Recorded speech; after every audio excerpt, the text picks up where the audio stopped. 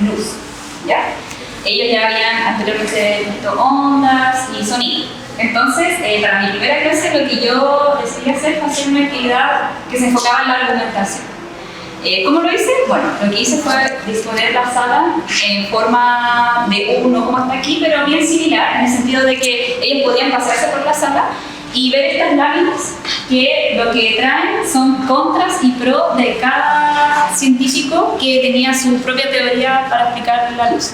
Por ejemplo, en este caso está Huygens, ¿cierto?, que creía que la luz era una onda, y por otro lado está Newton, que creía que la luz era una partícula. Entonces, la idea era que los estudiantes pudiesen revisar esta información, ¿cierto?, leerla, y después tomar una decisión de a qué científico apoyar. Para ello, también habían unas fotos impresas de cada uno de los científicos y ellos se posicionaban al frente de estas fotos. Y decían, por ejemplo, yo le creo a Huygens, con una frase de Anderlecht que está en el póster. Decían, yo creo que Huygens tiene la razón porque la evidencia a la que ellos se apegaban, de toda esta evidencia que sale acá, viento es una propiedad o característica de las ondas o de la luz, y por eso le creo a él. Entonces, básicamente, por eso era de argumentación, claro, y también de analizar evidencia respecto a sus conocimientos previos. Y bueno, esa fue en general la actividad. Después de eso, bueno, yo claramente les tuve que decir que en realidad la luz era una onda y una partícula al mismo tiempo. Lo que fue bastante interesante, y le comentaba también como a mis compañeros sobre esto y a mi didacta, porque ellos al principio en la recolección de ideas previas en la clase pensaban que era, todos decían que era una onda, y yo creo que más que nada por un tema de que habían visto ondas antes, entonces dijeron, esto tiene que ser una onda. Pero después con esta actividad la mayoría se apegó a la idea de que era una partícula y le creían más a Newton. Entonces fue bien extraño como ese cambio. Yo creo que también hay un tema también de que conocen más el nombre de Newton que de Huygens, entonces ahí como que pasa bastante eso, y lo leí en varias partes como de que pasaba eso de que le creían más a Newton, y eso fue lo que pasó históricamente también. A Newton siempre le creyeron más y después Huygens quedó como relegado. Y después más adelante se confirmó que en realidad sí tenía razón, obviamente con ciertos errores, pero al final en esencia estaba bien, ¿cierto? O sea, su idea estaba en esencia. Y esa fue mi actividad. No sé si tienes dudas. Está muy bueno, va a ser un primero medio. Yo creo que se van a quedar muy comprometidos como estudiantes a seguir aprendiendo, porque igual es una manera diferente de como aprender esto a ese nivel. O sea, ya, sí, una cosa es estar en la frente a una pizarra y entender los conceptos, pero otra muy distinta es ver esta y dar vuelta como un material para notar quiénes fueron los que encontraron esta realidad. Entonces, no, me parece súper necesario, así que está muy buena la actividad. Ahora que llegaron más personas, ¿qué consejo podrías dar para el diseño? O para la implementación de esta actividad. Sí, yo un consejo que daría es que, claro, como está en esta, es como binario en el sentido de que escoges a Huygens o escoges a Newton, pasa que hay estudiantes que dicen que no saben dónde ponerse, o sea, no saben a quién escoger. Entonces se ponen así como medio nerviosos y dicen, no sé, profe, y se quedan ahí parados y no hacen nada. Yo lo que hice, y lo puse igual en mi planificación, porque pensé en eso, obviamente uno siempre pensando en las características de su curso, que eso es súper importante, o sea, como decir, en realidad yo creo que esto me va a pasar, y pasa. Es decirle a los chicos que, por ejemplo, al equipo de Huygens, yo le dije ya, el equipo Huygens, convenzcan a su compañero que no sabe a quién escoger, de que Huygens es el que tiene la razón. Y al equipo Newton le dije lo mismo, y ahí el compañero era como que lo escuchaba y se decidía. Obviamente ahí toma un poco más de tiempo la actividad, pero dentro de todo, obviamente, insisto, pensando en las características de mi curso, sí funcionó, porque mi curso es como, particularmente un curso que tiene como altos líderes, y esos líderes como que ayudan como a los chicos que quizás son un poco más retraídos como a poder tomar estas decisiones, a participar más en clase y todo el tema. Y lo otro es que quería comentar que esta actividad también me ayudó mucho como a fomentar esta idea, y de hecho la parte como de mi objetivo de aprendizaje, a fomentar el error como que el error no es malo, que la gente, hasta ellos se equivocaron en ciertas ideas, y que de eso se trata la ciencia, de equivocarse y de seguir avanzando, ¿cierto? Y de buscar la mejor explicación para el momento con las cosas que tenemos. Entonces, con eso fomenté también, y lo pude evidenciar por medio de otra actividad que hice al final de la clase, que los chiquillos y las chiquillas se dieron cuenta de esto, de que el error es parte de, y no está mal. O sea, podemos construir mediante esas cosas. Lo importante es como tratar de dar explicaciones a lo que nos interesa y a lo que nos resulta curioso, como ellos, Huygens y Newton, y hasta los griegos que en algún momento pensaban cosas extrañas de la luz. Está bien. Sí. Sí.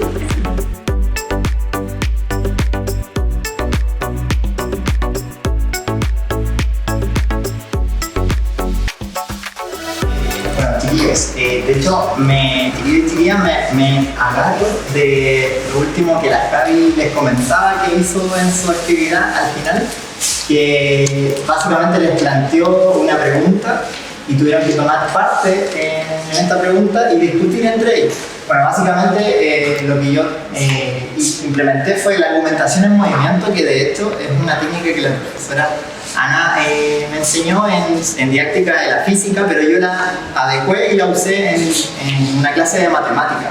Pero esto en realidad ustedes lo pueden utilizar en prácticamente cualquier asignatura, porque básicamente lo que uno hace es generar información, ojalá, la idea es que sea información conflictiva desde cierto punto de vista, o sea, algo que no sea evidente cuál es la respuesta y que tengan que primero pensar la información que uno le da, en este caso que se relacione con la materia, evidentemente en este caso se relacionaba con estadística. Luego se les da el espacio para que los estudiantes se agrupen frente a una de las opciones. Estas son 3 opciones que ya les voy a explicar, pero yo las repartí en la sala. Entonces luego los estudiantes se agruparon, después discutieron sobre por qué eligieron esa opción, y luego en otro momento tuvieron que tratar de convencer a los otros grupos de por qué esta era la opción que había que elegir. Ahora, el contexto que yo generé para esto era que como curso estábamos en una excursión y estábamos en una selva, en un bosque, y nos encontrábamos con un río.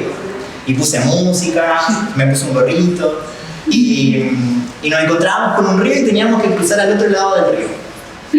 Pero habían 3 caminos posibles y los 3 caminos tenían letreros, que son estos que están acá. Entonces, por dar un ejemplo, este nos dice camino A, el intervalo de profundidades del río es de 60 a 120 centímetros. Esa es la información, de 60 a 120 centímetros. Y bueno, yo les dije que la corriente era muy fuerte, entonces no se podía nadar. Para aquellos que dicen, pero nada, ya, no se puede nadar, hay que caminar. Entonces, caminando hay que cruzar el río. Intervalo de 60 a 120 centímetros. Camino B, el promedio de profundidades del río es de 80 centímetros. Y el camino C, la moda de profundidad es 35 centímetros. Y la mediana es de 50 centímetros. Entonces ahí uno no les dice nada más que decidan y discutan por qué ese camino hay que elegir como curso, porque la idea es cruzar el río como curso, o sea, ya sean 30 personas, 40 personas, incluido el profe, tenemos que cruzar por uno de esos caminos. Entonces, en la vida de todos y todas está en juego con esta decisión. Bueno, ahí uno le da color y motiva a los estudiantes. Y la idea es que después discutan, se trataban de convencer, y bueno, lo que pasó en mi caso, en mi curso era un tercero medio. Resulta que muchos eligieron el camino A y el B. En el camino C lo eligieron un par de personas. Después de que se explicaron las justificaciones, el camino C quedó vacío, nadie se fue con el camino C y quedaron distribuidos entre el camino A y el camino B. La conclusión de la actividad, y esta es como la parte fome para ellos, es que en realidad no hay ninguna respuesta correcta. ¿Por qué? Porque en realidad con esta información siempre, en todas, y ahí uno puede tratar de trabajar eso después, es que en todas hay espacios que te dan como para decir, oye, pero esto te da la posibilidad de que ocurra esto, de que haya un espacio en el que la profundidad sea de 2 metros, de 5, de 10, de 100 metros, te da ese espacio, esa información. Entonces, no hay ninguna respuesta correcta, y la conclusión es que nos falta información. Este ejercicio yo lo implementé justo después de ver medidas de tendencia central, antes de comenzar a ver medidas de dispersión. Entonces con esto quedó como la necesidad para ellos de tener más formas de analizar una estadística o una información para poder tomar una decisión más cercana a lo que uno quisiera, algo más concreto, algo correcto, una buena posibilidad. Así que básicamente eso, pero como pueden ver, la gracia no está en la estadística que uno use, sino que está en cómo lo usa, en la materia que sea, las preguntas que uno plantea y que se generen los espacios de discusión, porque ahí uno como profe se va paseando y va escuchando todo lo que van hablando. Entonces ahí está la gracia. Uno puede detectar que a lo mejor esta materia no la aprendieron bien, o también puede reafirmar así como, ya están entendiendo bien, lo trabajaron bien, seguimos entonces para eso, chiquillos, cualquier duda la pueden hacer. Sí. ¿Y algún consejo, igual que Javi? Para sí, en particular este ejercicio que yo hice, las medidas de profundidades, la que yo usé eran medidas más bajas que las que puse ahora. Más bajas porque en el curso en el que yo estaba, la estatura de los estudiantes y las estudiantes eran en promedio era muy bajita. Sí, los estudiantes que tenía, tercero medio, eran muy bajitas y en general uno a veces se topa con estudiantes muy altos que uno dice ya a lo mejor esto no va a implicar, ninguno de las tres significa algo para esa persona. Ya en mi curso los más altos eran de mi porte, no había gente más alta. Entonces era de ahí para abajo. Entonces yo puse puros promedios más bajitos, un poquito más bajitos que los que puse ahora. Entendiendo que acá igual podía llegar gente, por ejemplo, más alta. Entonces siempre adecuar esos datos para que sea lo más cercano a la realidad de su propio curso. Eso.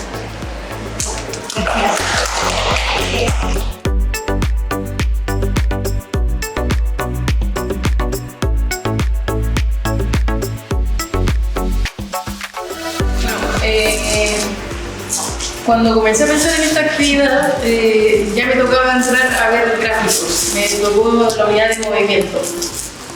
Movimiento rectilíneo uniforme, movimiento rectilíneo uniforme acelerado. Entonces, mi conflicto era que no quería llegar y presentar inmediatamente el gráfico de velocidad versus tiempo y trabajar en él, sino que quería que surgiera esa necesidad de un gráfico. Entonces se me ocurrió ponerme a investigar y encontré un paper que me ayudó mucho porque presentaba distintas formas de representar el movimiento, que son algunas como las que se ven acá. Entonces, para utilizar esas formas y que llevar a los estudiantes a que analizaran estas formas, pensé en una historia, creé una historia cualquiera. Aquí, por ejemplo, estoy usando un capítulo de Los Simpsons en que a la Marge le regalan un auto que es como súper potente y se ve media loca en el volante, entonces anda así muy rápido, pasa a todo el mundo, hasta que llega a un funeral, entonces tiene que parar y está como enojada. Y entre tanto insulto que tira, le sacan un parto. Entonces, lo destacable en realidad de esta historia es ver qué pasa con su movimiento. Va muy rápido al principio, luego se tiene que detener y al sacar el parte, luego sigue avanzando a una velocidad más prudente. Entonces, luego que presento esta historia, les paso a los estudiantes estas formas de representar el movimiento y les pido que las analicen, que se cansen con una, que elijan una, pero no que tan solo elijan cuál les gusta más o cuál creen que representa más fielmente el movimiento de la marcha, sino que también logren identificar una limitación de esa representación, algo que no está suficientemente claro. Eso es básicamente. Entonces, una vez que cada persona escogió uno y también logró identificar una limitante del gráfico, entonces eso me permite, o más que me permite, surge de ellos la necesidad de otra representación que corrija esas limitaciones que encontraron. Entonces ahí yo digo, me permite presentar el gráfico de velocidad versus tiempo como esta opción que resuelve aquellas limitantes. Cuando presenté el gráfico de velocidad versus tiempos, no fue como explicarlo, sino que más que nada hice el plano cartesiano con velocidad versus tiempo y les pedí que ellos, solamente habiéndoselo presentado, que interpretaran cómo iba a ser el movimiento. Y algunas de las cosas que dibujaron se ven acá abajo. Realmente están bastante bien, solo habían algunas cosas que surgían, por ejemplo acá una de las niñas dibujó parada, quizás no comprendió que aquí había, ¿cómo se llama? Una velocidad cero, estaba como pegada al eje, ¿cierto? Una vez que ya presenté esto pude entrar a jugar más, entonces con estas pizarras, que son como pizarras interactivas, cada estudiante tiene una, y entregar estos plumones, entonces empecé a jugar con otra clase de preguntas, como, ok, ¿qué pasa si la velocidad de la marcha hubiese sido constante, si no se volvía local? Entonces aquí pueden dibujar cómo creen que hubiese sido, ¿cierto? Entonces pueden dibujar una línea recta. O, bueno, a ir modificando la historia. Pero esencialmente es eso, que a través del análisis de representaciones que no son tan buenas, pero quizás ellos no saben aún que no son tan buenas, surja el gráfico de velocidad versus tiempo como la alternativa más correcta. Y se puede hilar con el uso de gráficos en la ciencia en general, de por qué son tan buenos, por qué los escogemos, por qué son tan certeros a la hora de sintetizar o ordenar información. Eso. Lo mismo, ¿algún consejo para el diseño y la implementación de esta actividad? Bueno, lo más complejo de la actividad, o que me ocurrió cuando la implementé, fue que les costaba encontrar limitaciones. No les costó tanto escoger uno, pero sí encontrar la limitación. Entonces ahí recomiendo preparar preguntas. Que para cada representación que estás presentando, tú puedas decirles algo que oriente a ese análisis. No decirle la respuesta, sino preguntar. Por ejemplo, en este mismo, ¿qué significa una inclinación hacia la derecha o hacia la izquierda? O acá, porque se representan solamente dos velocidades, pero el rango, preguntarle, ¿cuál es el rango más o menos de la velocidad que puede llevar un auto? Varía entre 20 km hasta 120. ¿Cómo represento ese rango en esta representación? Entonces eso, pensar qué puedes decirle a los estudiantes por cada gráfico que estás presentando. Muchas gracias.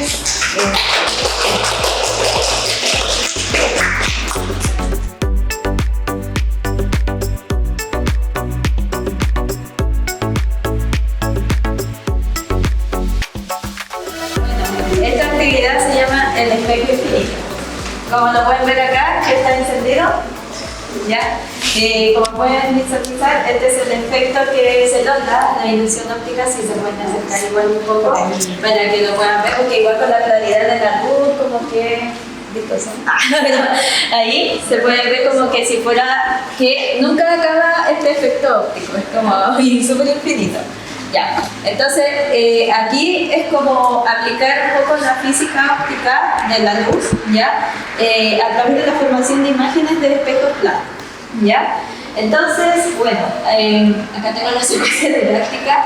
Esto, según las bases curriculares, está como para pensar en primero medio, ya que según las bases, justamente pasan contenidos de luz, ¿ya? La formación de las imágenes, las características de la luz, etcétera, etcétera, hasta efecto de luz. ¿Ya?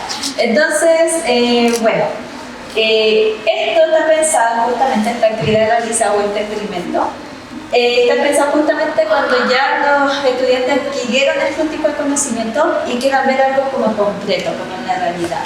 Y uno puede atreverse a hacer muchas cosas creativas pensando como en ciertos contenidos, por ejemplo, con la formación de imágenes en el espejo. En espejo plano. Igual cabe destacar de que no necesariamente puede ser un espejo como de este tipo, también puede ser redondo, que también es simple. ¿Ya?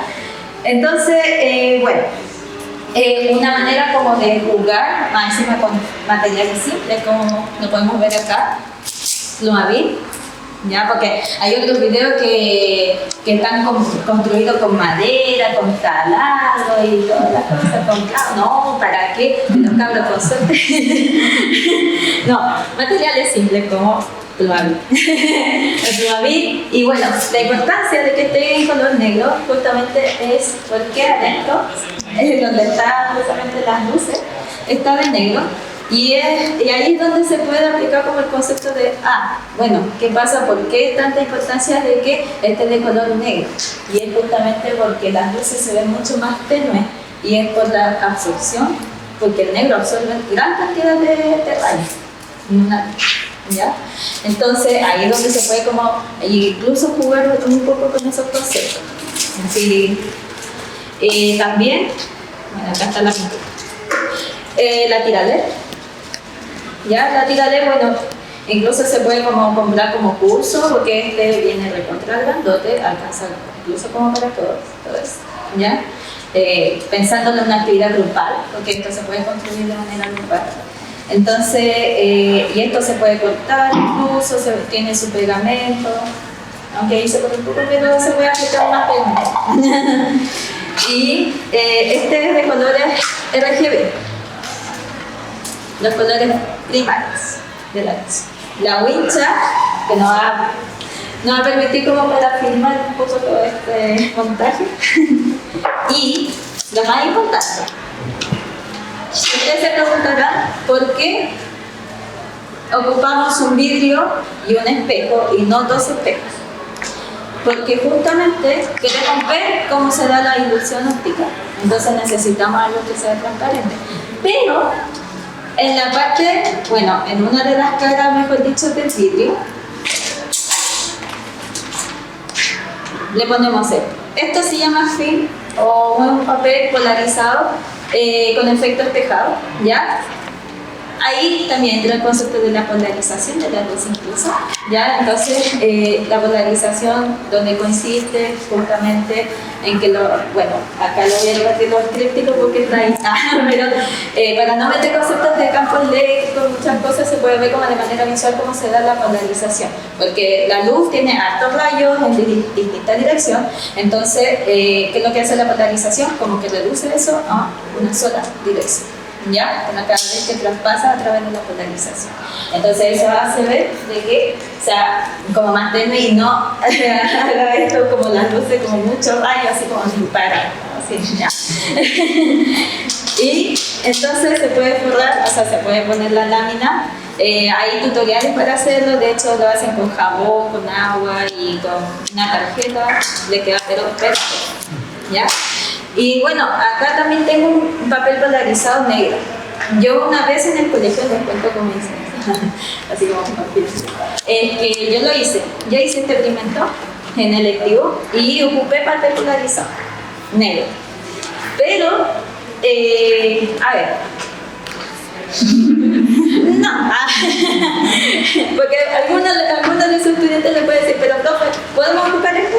Ya, ocúpenlo, pruébenlo, pero mejor se ve con esto. ¿Por qué? Porque se da el efecto entre espejo y espejo. La idea es que al estar enfrentándose en espejo y espejo, vean y observen de que los rayos van chocando del espejo a otro, de esa forma. Y es por eso que se dan estas ilusiones ópticas. Entonces, esto es una manera de jugar un poco con la formación de la imagen del espejo plano. Y ahí podemos ir también como profesores, ir picándole el bichito y ya, ¿qué pasa si que no es cuadrado sino redondo? ¿Qué pasa si es con espejo curvo? ¿Ya? E incluso como sugerencia de actividad inicial, antes de hacer podrían, tengo una cosa, acá tenemos ya, podrían jugar, por ejemplo, utilizando el espejo de manera como mucho más concreta, porque existen hartos simuladores, ¿cierto? Pero que ayudan, pero yo creo que es muy divertido verlo de forma concreta cómo se van formando las imágenes con los ángulos y todo lo que tiene que ver con conceptos físicos a través de un espejo plano, para que lo vean de manera mucho más concreta en la vida real. ¿Y por qué se forman de esta forma? ¿De por qué nosotros nos vemos de esta forma? Podemos aplicarle ese bicho. Entonces hay muchas cosas que podemos nosotros a través de esta actividad relacionar con el concepto de la luz como onda, ¿cierto? Y también dejar abierto hartas preguntas y hartas interrogantes que le podemos o dejar a los alumnos, los estudiantes, a los y las estudiantes, o que ellos mismos también se formulen las preguntas y que también se atrevan a hacer algo como más diferente que esto quizás. ¿Ya? Entonces igual mi consejo y lo que he aprendido un poco de la experiencia haciendo clase es atreverse a hacer cosas, sí, lo más loco que sea y lo más, bueno, puede parecer muy difícil pero no es tan difícil. Pero de verdad que esto o sea, se van a entretener mucho trabajando en grupo y se van a hacer hartas preguntas porque están en una edad como muy curiosa. Entonces, eso, ese es mi mejor consejo, es que dejen que sean muy creativos y que la creatividad salga a flor. Eso.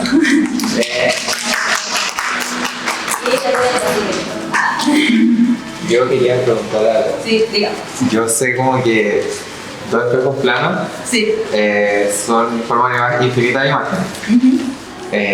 Acá tenemos como igual un infinito, pero quería saber si tiene como algún nombre este fenómeno como tal. Se llama reflexión especular. La reflexión especular. ¿Ya? Porque son planas. Claro. Es una superficie. Porque en la reflexión podemos encontrar dos tipos de reflexión. Hay una, la especular y otra la difusa. Claro. Y en este caso se aplica la especular. Y esta. Pero este fenómeno como tal no es como debido a algún nombre. Como de túnel, dices tú. Reflexión de Higgins. Espejo infinito. Espejo infinito. Y además justamente está como en la pregunta, no es como espejo infinito porque son infinitos espejos, sino que es el efecto y la ilusión óptica que se da a través de la reflexión especular. Sería súper interesante asociarlo, por ejemplo, con la reverberación. Claro. El sonido, visualmente, eso es lo que pasa Claro, con el sonido con el dentro sonido. de una sala. Sí. Solo que no lo estamos viendo como si lo ves con la luz. Claro, exacto, porque la reflexión, por ejemplo, si yo hago un eco hacia la pared, entonces la pared lo que hace es como devolverme toda esa onda sonora que yo genero.